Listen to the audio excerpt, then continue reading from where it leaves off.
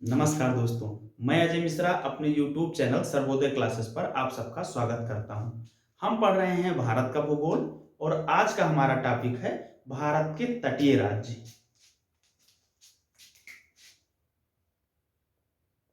भारत की तटीय राज्य।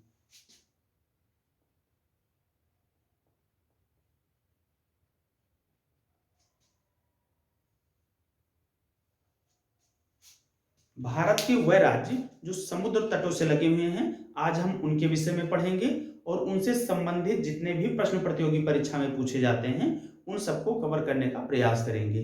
भारत के समुद्र तटीय राज्य को पढ़ने के लिए हम भारत के प्रायद्वीपीय क्षेत्र को बना लेते हैं। अब सबसे पहले प्रश्न उठता है कि भारत का प्रायद्वीपीय क्षेत्र कितना है। तो लगभग कर्क रेखा के नीचे 23.5 डिग्री उत्तरी अक्षांश के नीचे जितना भी क्षेत्र है उसको हम भारत का प्रायद्वीपीय क्षेत्र मान लेते हैं। अगर हम वास्तविक निर्धारण करें तो लगभग 22 डिग्री उत्तरी अक्षांश के नीचे का जो क्षेत्र है वो भारत का प्रायद्वीपीय क्षेत्र है। तो भारत के प्रायद्वीपीय क्षेत्र को बना लेते हैं।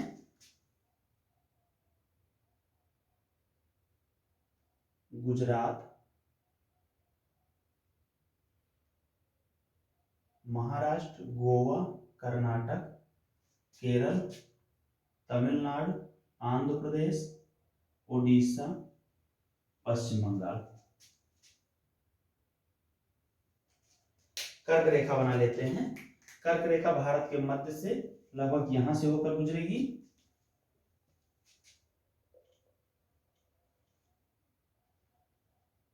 साढ़े 23 डिग्री उत्तरी अक्षांश रेखा है और इसको हम कर्क रेखा कहते हैं। सबसे पहले हम नोट कर लेते हैं, समझ लेते हैं प्रायद्वीप क्या होता है। प्रायद्वीप क्या होता है? एक ऐसा भूभाग जो तीन तरफ से जल क्षेत्रों से घिरा हो उसे प्रायद्वीप कहते हैं। एक ऐसा भूभाग जो तीन तरफ से जल से घिरा हो उसे प्रायद्वीप कहते हैं।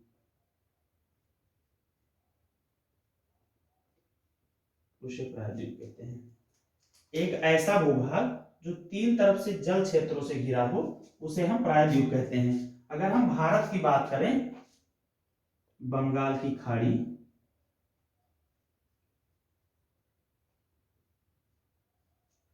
अरब सागर,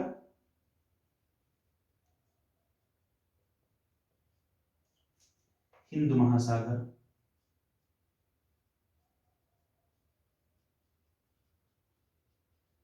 तो जो हमारा भारत का प्रायद्वीपीय क्षेत्र है वो तीन तरफ से जल क्षेत्रों से घिरा हुआ है। अब यहां एक शब्द और नया मिला, खाड़ी। अब समझते हैं खाड़ी क्या है। खाड़ी एक सक्रिय जलराशि है जिसके तीनों तरफ भूमि क्षेत्र हैं। एक सक्रिय जलराशि जो तीन तरफ से भूमि क्षेत्र से घिरा हो। एक सक्रिय जलराशि जो तीन तरफ से भूमि क्षेत्रों से घिरा हो उसको हम खाड़ी कहते हैं। यहां पर खाड़ी को इंग्लिश में बे भी कहा जाता है और गल्फ भी कहा जाता है। अब हम इसका मतलब समझ लेते हैं, बे और गल्फ क्या है। बस इसमें थोड़ा सा अंतर है, जहां नदियां आकर गिरती हैं और बहुत सारा अवसाद जमा करती हैं उसे बे कहते हैं। जैसे बे ऑफ बंगाल।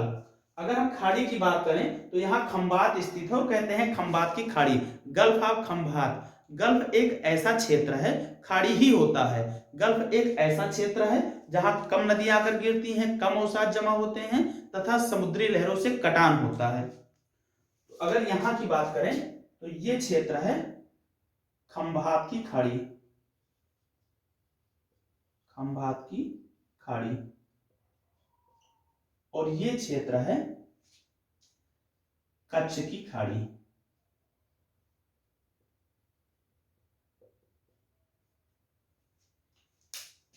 तो मानचित्र में सबसे पहले हम प्रायद्वीपीय भारत के जितने भी प्रदेश हैं उनको बना लेते हैं।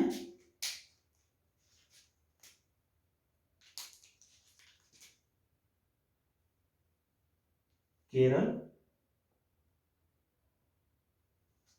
और यहां से है तमिलनाडु, और तमिलनाडु के लगभग मध्य से है यहां तक आंध्र प्रदेश,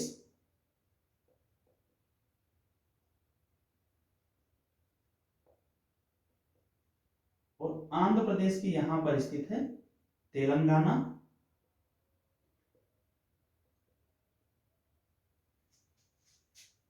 यहां है ओडिशा,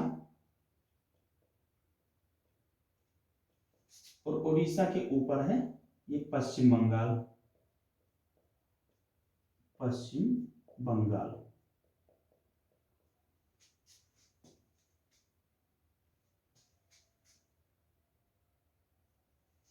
ये क्षेत्र है गुजरात, और तेलंगाना की सीमा से लगभग यहां पर स्थित है गोवा,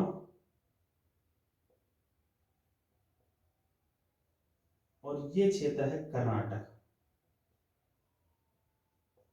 और तेलंगाना की सीमा से गुजरात की सीमा को साझा करता है महाराष्ट्र,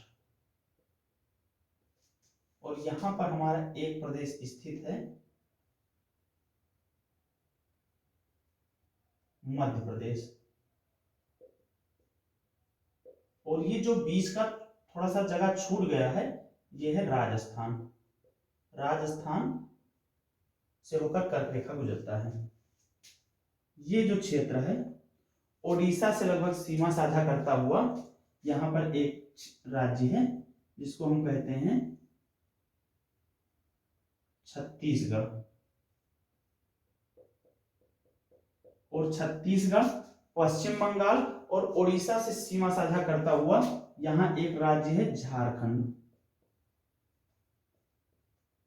जितना क्षेत्र हमने बनाया है इसमें से राजस्थान को छोड़ करके बाकी सभी राज्य प्रायद्वीपीय भारत के प्रायद्वीपीय क्षेत्र हैं। राजस्थान 23.5 डिग्री उत्तरी अक्षांश लगभग थोड़ा उसके नीचे से उसका क्षेत्र है, और जो हमारा प्रायद्वीपीय क्षेत्र है वो हम मानते हैं 22 डिग्री उत्तरी अक्षांश के नीचे, इसलिए राजस्थान को छोड़ करके बाकी जितने भी राज्य हैं वो 22 डिग्री उत्तरी अक्षांश के नीचे के हिस्से में आ जाते हैं। तो ये है भारत के प्रायद्वीपीय क्षेत्र। हम इनको मानचित्र बना करके और मानचित्र के माध्यम से ही इसको याद रखेंगे। मानचित्र बनाने की आप लोग भी आदत डाल लीजिए। अब हम बात करते हैं भारत के तटीय राज्य, और भारत के तटीय राज्य की बात करते हैं। भारत के तटीय राज्यों को दो भागों में बांटते हैं, पश्चिमी तटीय राज्य तथा पूर्वी तटीय राज्य। पश्चिमी तटीय राज्य,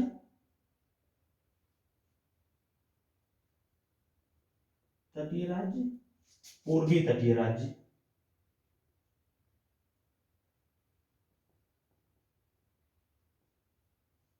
ये ऐसे भी पूछे जा सकते हैं कि अरब सागर से सीमा साझा करने वाले राज्य, बंगाल की खाड़ी से सीमा साझा करने वाले राज्य।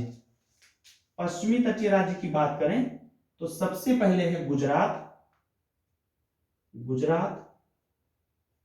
दूसरा राज्य है हमारा महाराष्ट्र,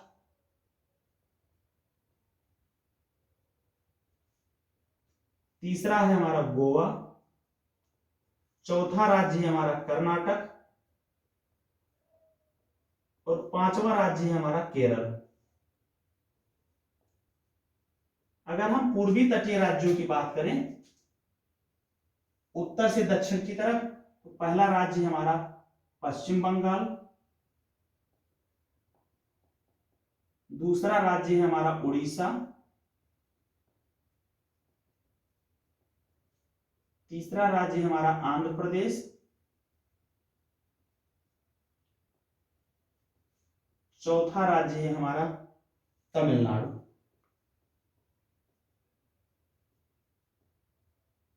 तो भारत के पश्चिमी तटीय 5 राज्य हैं, पूर्वी तटीय 4 राज्य हैं, और कुल मिला के भारत के तटीय राज्यों की संख्या कुल कितनी है? 9। तो अगर ये प्रश्न पूछा जाता है भारत के कुल तटीय राज्यों की संख्या कितनी है, तो यहां नोट करके भी लिख लेते हैं, भारत के कुल तटीय राज्यों की संख्या 9 है। भारत के कुल तटीय राज्यों की संख्या 9 है। पश्चिमी तटीय राज्यों की संख्या 5, पूर्वी तटीय राज्यों की संख्या 4। अगर ये पूछा जाता है प्रश्न ऐसे भी बन सकता है कि निम्नलिखित में से कौन से राज्य पश्चिमी तटीय राज्य नहीं है, या निम्नलिखित में से कौन से राज्य पूर्वी तटीय राज्य नहीं है, तो आप अगर इसका मानचित्र बनाने की आदत डाल लेंगे तो ये सारी चीजें आपको कंफर्म होती रहेंगी। अब इनसे संबंधित जो और प्रश्न बनते हैं उसको हम पढ़ते हैं, आप इसका स्क्रीनशॉट ले लीजिए। अब अगला प्रश्न बनता है कि सर्वाधिक तटीय सीमा किन राज्यों की है। सर्वाधिक तटीय सीमा, सर्वाधिक तटीय सीमा,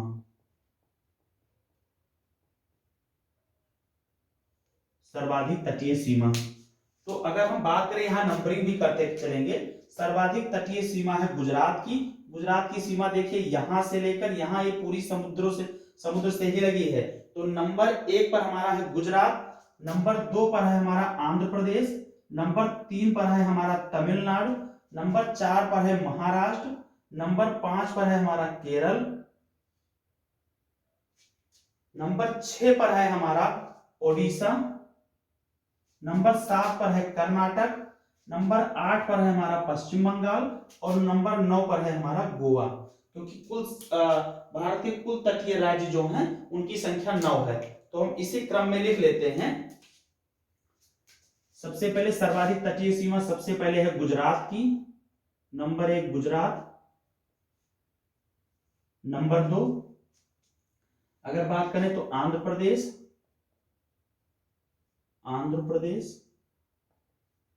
नंबर 3 है तमिलनाडु,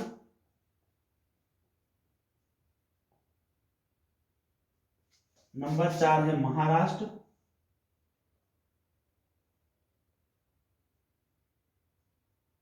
नंबर 5 है केरल, नंबर 6 है ओडिशा, नंबर 7 है कर्नाटक, नंबर 8 है पश्चिम बंगाल, और नंबर 9 है गोवा। सर्वाधिक तटीय सीमा की बात करें तो नंबर 1 पर गुजरात, नंबर 2 पर आंध्र प्रदेश, 3 पर तमिलनाडु, 4 पर महाराष्ट्र, 5 पर केरल, 6 पर ओडिशा, 7 पर कर्नाटक, पश्चिम बंगाल और गोवा।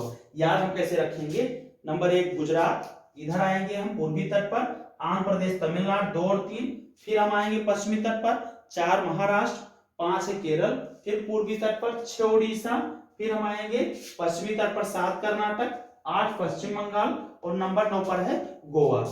अब अगला प्रश्न इनसे बनता है कि भारत के पश्चिमी तट पर तटीय सीमाओं की लंबाई के अनुसार क्रम क्या है, तो इसको भी लिख लेते हैं। भारत के पश्चिमी तट पर सर्वाधिक तटीय सीमा,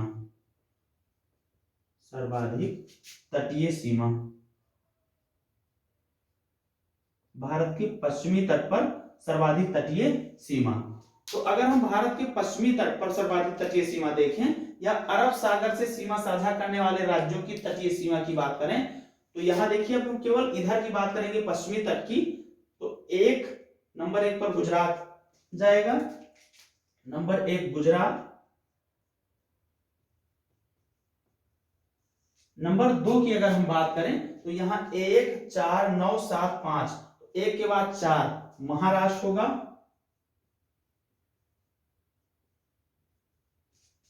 उसके बाद नंबर 3 की बात करें तो केरल होगा, नंबर 4 कर्नाटक, और नंबर 5 पर होगा गोवा। इसी प्रकार अगर हम पूर्वी तट की बात करें, भारत के पूर्वी तट पर सर्वाधिक तटीय सीमा की अगर केवल हम बात करें, भारत के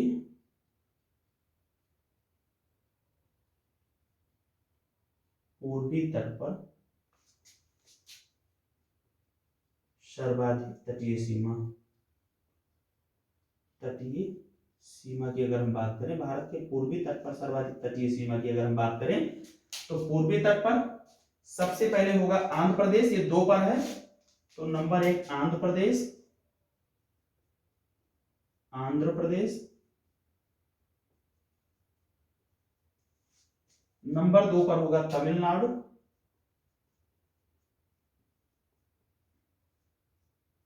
नंबर 3 पर होगा ओडिशा, नंबर 4 पर होगा पश्चिम बंगाल।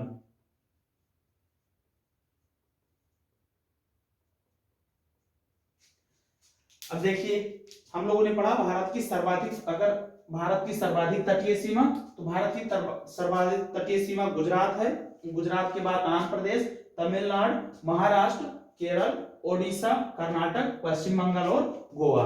अब भारत के सिर्फ पश्चिमी तट या अरब सागर से सीमा साझा करने वाले तट की तटीय सीमा की लंबाई का अनुक्रम है, तो नंबर 1 पर गुजरात, 2 पर महाराष्ट्र, 3 पर केरल, 4 पर कर्नाटक, 5 पर गोवा।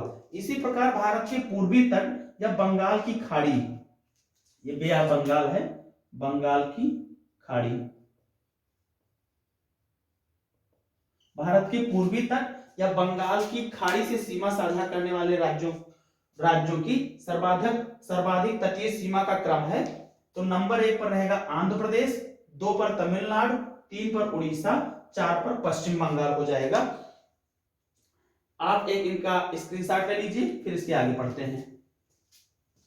अब अगला प्रश्न पूछा जाता है कि भारत के प्रायद्वीपीय क्षेत्र में स्थल रुद्ध प्रदेश कौन कौन से हैं। अब यहां ध्यान देना है कि प्रायद्वीपीय भारत के क्षेत्र की बात हो रही है, पूरे भारत की बात नहीं हो रही है। यहां अगर ध्यान से उत्तर नहीं दिए तो गलत हो जाएगा।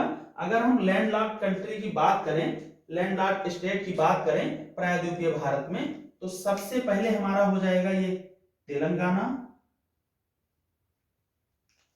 तेलंगाना के बाद हमारा हो जाएगा छत्तीसगढ़, ये भी स्थल रुद्ध प्रदेश है, ये भी किसी तट से सीमा साझा नहीं करता है। तीसरा हो जाएगा हमारा झारखंड,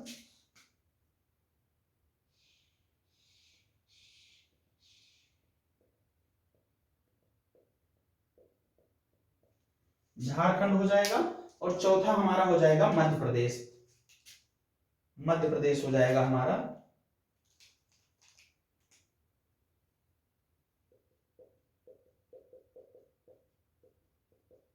ऐसे निशान लगा लेते हैं जिससे हमको समझ में आए।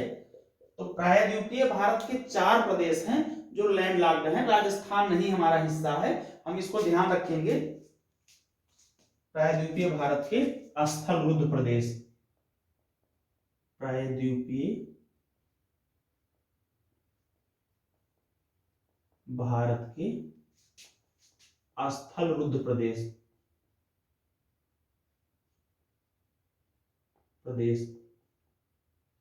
प्रायद्वीपीय भारत के स्थल रुद्ध प्रदेश। तो 4 प्रदेश ऐसे हैं प्रायद्वीपीय भारत में या भारत के प्रायद्वीपीय क्षेत्र में जो स्थल रुद्र हैं, जो समुद्र से सीमा साझा नहीं करते हैं।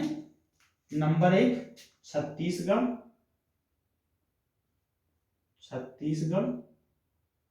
Number 2 Jharkhand, number 3 Madhya Pradesh, number 4 Telangana. अगर हम छत्तीसगढ़ की बात करें तो छत्तीसगढ़ प्रायद्वीपीय भारत में सर्वाधिक राज्यों से सीमा साझा करता है। ये प्रायद्वीपीय भारतीय क्षेत्र के 7 राज्यों से सीमा साझा करता है। अगर हम कुल भारत की बात करें तो सर्वाधिक राज्यों से सीमा साझा करने वाला राज्य उत्तर प्रदेश है, जो 8 राज्यों से सीमा साझा करता है तथा 1 केंद्र शासित प्रदेश से सीमा साझा करता है। उत्तर प्रदेश उत्तराखंड, हिमाचल प्रदेश, हरियाणा, राजस्थान, मध्य प्रदेश, छत्तीसगढ़, झारखंड और बिहार राज्यों से सीमा साझा करता है। साथ में ही केंद्र शासित प्रदेश दिल्ली से भी सीमा साझा करता है।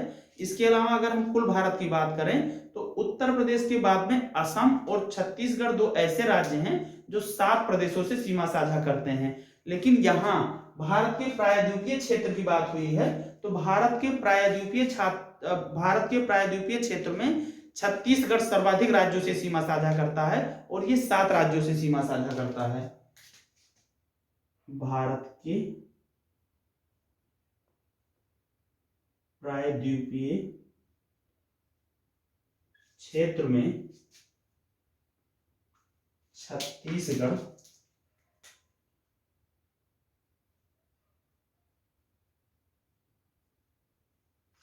सर्वाधिक राज्यों से सीमा साझा करता है। सर्वाधिक राज्यों से सीमा साझा करता है। सर्वाधिक ब्रैकेट में लिख लेते हैं 7 राज्यों से सीमा साझा करता है।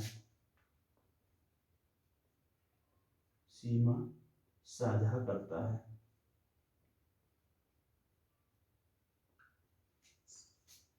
भारत के प्रायद्वीपीय क्षेत्र में बात करें तो हमारा छत्तीसगढ़ 7 राज्यों से सीमा साझा करता है और इससे कौन कौन से प्रश्न, जिनसे प्रायद्वीपीय भारत के क्षेत्र से जितने भी प्रश्न बनते थे लगभग हम लोगों ने कवर कर लिया है। 2 पॉइंट और नोट कर लीजिए। पहला, भारत के समुद्र तटीय सीमा की जो लंबाई है, तटीय सीमा की लंबाई, तटीय सीमा की लंबाई है वो है 6100 किलोमीटर और ये मुख्य भूमि